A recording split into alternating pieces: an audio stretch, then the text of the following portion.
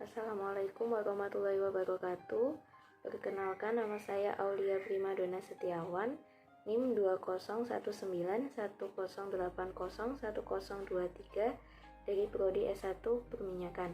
Pada video kali ini saya akan membahas mengenai dampak migas khususnya dalam aspek ekonomi dan aspek lingkungan. Dampak migas dalam pengembangan negara khususnya dalam aspek ekonomi yaitu adanya pajak. KKKS harus membayar pajak kepada pemerintah. 2. Royalti atau PNBP, dana bagi hasil yang diterima dari produksi migas. 3. Terciptanya lapangan pekerjaan. Industri migas membutuhkan jutaan pekerja, baik yang memiliki skill atau unskill, baik secara langsung bekerja di industri migas atau secara tidak langsung. 4. Meningkatkan pendapatan domestik bruto atau PDB. Industri migas dapat meningkatkan PDB suatu daerah, yaitu dengan cara menunjang kesejahteraan masyarakatnya. 5. Meningkatkan multiplier effect, di mana dapat menunjang pertumbuhan ekonomi daerah, meningkatkan kontribusi perusahaan lokal, meningkatkan kapasitas manusia sekitar migas, dan menuju kesejahteraan masyarakat. Yang terakhir yaitu adanya investasi. Industri migas dapat menarik investasi yang sangat besar, baik itu dana dari luar masuk ke Indonesia. Untuk yang kedua, dampak migas dalam aspek lingkungan, diantaranya yaitu kualitas udara dan noise. Peran migas dapat menjadi sumber emisi dan bahkan gas beracun jika sampai bocor. Selain itu, juga menimbulkan kebisingan akibat peralatan migas. 2. Budaya, menyebabkan perubahan budaya masyarakat sekitar.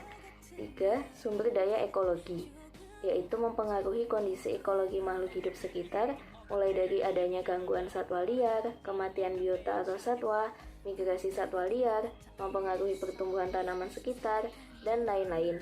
Yang keempat, potensi bahaya dari material dan bahan buangan yang dapat mengganggu kesehatan dan keamanan, contohnya seperti gas beracun, limbah industri, dan lain-lain.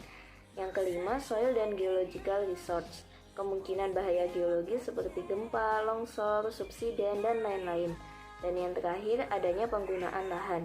Industri migas membutuhkan lahan yang tidak sedikit. Adanya pengalihan lahan pertanian menjadi industri, hutan menjadi industri migas, dan lain-lain. Selanjutnya, saya akan membahas mengenai surface facility yang biasanya digunakan pada teknik perminyakan.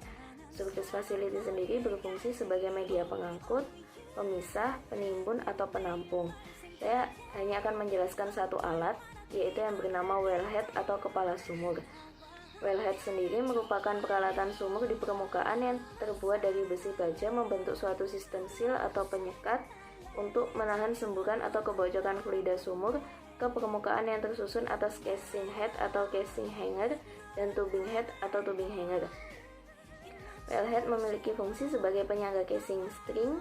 Setiap casing dan tubing dimasukkan ke dalam sumur secara fisik bergantung pada wellhead.